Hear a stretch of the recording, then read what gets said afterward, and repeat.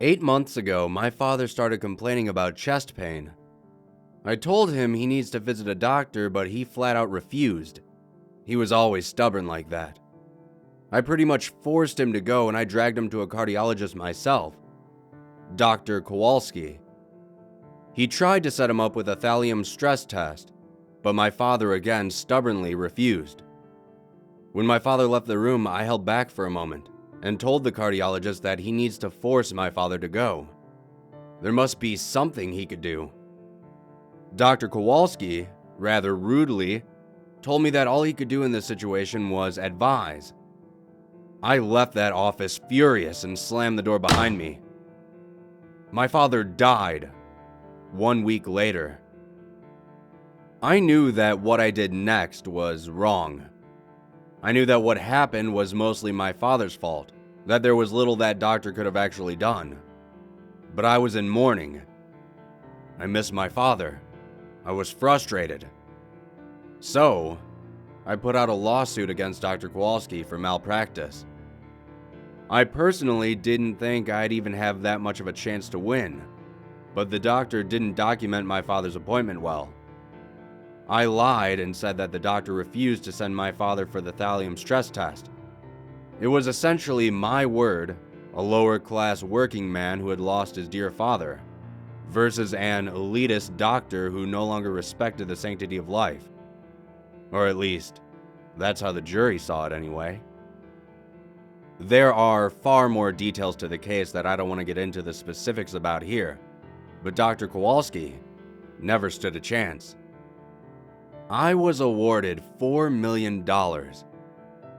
When I left the courtroom after the final decision was made, I needed to walk right by the doctor.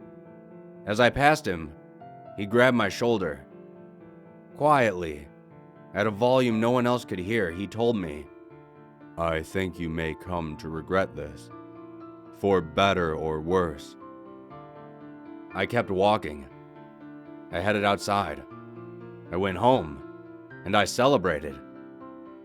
For better or for worse, he told me. But I had $4 million.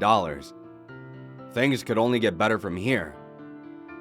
I tried to convince myself that it really was the doctor's fault, that he deserved what happened to him, but I knew deep down that I was wrong, that I probably came pretty close to bankrupting that doctor, let alone what it did to his career. And, really, he had done nothing wrong. Many months passed. I got a nicer house and bought a $200,000 sports car. I could go on and on for pages about how great those few months were, how after struggling with money my whole life, I was finally free to do as I pleased. But that's not the story I wish to share. Things changed drastically for me, for the worse. And it all started with a car accident. I don't remember what even happened, whether it was my fault or the other drivers, but the driver's side door of my car was crashed in. It knocked me unconscious. Amongst other more minor injuries, it ruptured my left kidney, beyond repair. It would need to be removed entirely. I awoke in the hospital and saw 4 surgeons standing over me. I was hooked up to a respirator to help me breathe. I could tell immediately, based on the expressions on their faces, that something was off. "Hello," one of the doctors told me. His voice rang out with sarcasm. "You've sustained quite the injury. But don't worry. It's a good thing you have all these doctors here to fix you up, right?" He looked down at his clipboard. "A nephrectomy. Some would say that it's a painless procedure." One of the other doctors started laughing. "You know, doctors, professionals, who try so hard to help others, we owe them a certain amount of respect, am I right? A certain amount of honesty." It was then that I noticed 2 things. 1, I was in the precise same room that I had taken my dad 8 months earlier. 2, I couldn't move, not even a muscle. I could barely even keep my eyelids open enough to see through. I heard a door open behind me. "Ah, hello, Dr. Kowalski," one of the other doctors said. He walked over and looked me up and down and then quietly said, "I told you you'd come to regret it." There was nothing I could say back. No limb I could move. "It's called curare," he said. "It's paralyzed you entirely, but you will feel the full intensity of any pain we inflict. Make no mistake, you'll feel all of it." In order to make his point, he grabbed a small palmful of my hair and ripped it out of my scalp. He was right. Make no mistake about it. It hurt precisely as much as you'd think it would. And I couldn't even remotely move. Not even slightly. "How did that feel?" Dr. Kowalski asked sarcastically. "I can tell by the fear in your eyes that it didn't feel very good. Listen." He went back into a fake professional doctor tone. "We're just going to make a painless incision down your lower left abdomen. Should be done in a jiffy. Then I'll use this little fancy tool. It looked like some sort of awful torture device from a horror movie. To cut around your kidney. Then we'll ever so gently remove it. That all sounds okay, right? If you disagree about any of this, this is your chance to speak up." A few of the other doctors laughed at that as well. "No? Well, I should also let you know that, as a cardiologist, I don't usually perform surgery. But I assume it's easy." He smiled at me. "Okay, let's begin." He picked up a long, sharp tool. "See this? It's called a lancet. Don't worry, they're known for being painless." More laughter again from the other doctors. "I'm just going to cut down here, okay?" He made a tiny cut. Maybe just an inch. Then he stopped. "Good so far?" he asked. But it wasn't good. It was already excruciating. I was only now just beginning to understand what I was in for. He continued with his incision. The pain was like nothing I had ever imagined. There is no way to do it justice with mere words. Dr. Kowalski stared straight into my eyes again.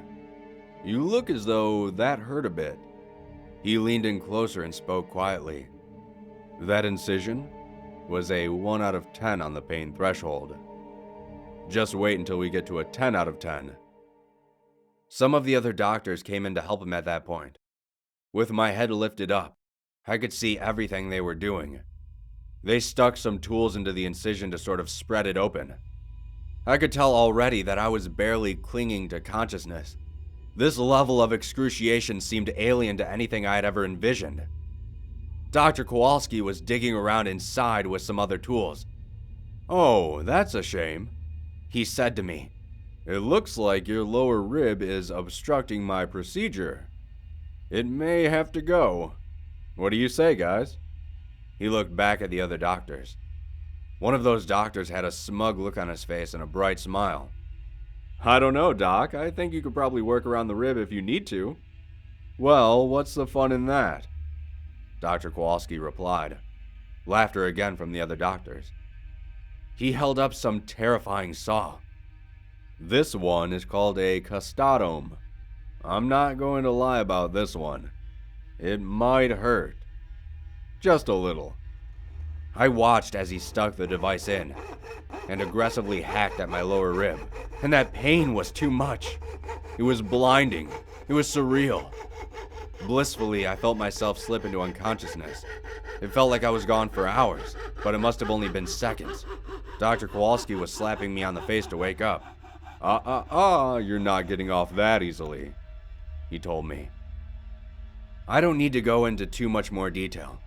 I don't need to get into the specifics for when they finished removing my rib, or when they hacked through the tissue around my kidney, or how when, with my kidney still attached at some areas, it took the strength of 2 of them to grab it and rip it out of my body. I don't know what happened after that because I finally passed out again. I'm not sure if they tried waking me up again at that point, or if they felt that I had already been through enough. It must have been a day later when I finally opened my eyes. The first thing I noticed was the pain exuding from the left side of my body. The second thing I noticed was that I could actually move. Finally. It caused a stabbing pain throughout my body, but I was able to sit up. It's probably best you sit back down, the doctor told me. I looked at him. I had never seen him before. He wasn't in the room with me during surgery. Before I could say anything, he spoke again. You know, they say some people remember strange things when under anesthesia. Their minds can play tricks on them. It's best not to talk about such experiences with anybody. Because, of course, nobody would believe such tales anyways, especially against the word of 5 refutable doctors. The point was taken, loud and clear. I wasn't even angry or afraid. I was just desperate to leave. I just wanted to get out of there, more than anything. It's been 2 weeks since my visit to the hospital. I've just right now gotten back from my family doctor. He says I may have received a liver damage in my accident as well. It may even require surgery. And there's nothing I fear more than that. How that memory still haunts my days, nights, and dreams. I would avoid another trip to that hospital any way I could, but it might be out of my hands. It's best to play it safe. Maybe what I'm about to do will make everything all right. Maybe he'll even forgive me and I'll even forgive myself.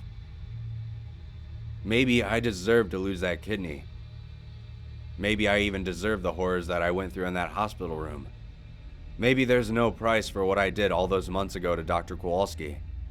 But I'll give it a try anyways. It wasn't hard to sell the house, or the cars, or all the rest of the stuff. I took one last look at the check before I put it in the envelope. I looked at the figure. $4 million. I looked at the name it was addressed to. Dr. Kowalski. I sealed it in the envelope, and I dropped it in the mailbox. And maybe that'll make things right between us. But with the pain I currently feel in my liver as I hunch over this computer, I believe I'll find out very soon. For better, or for worse.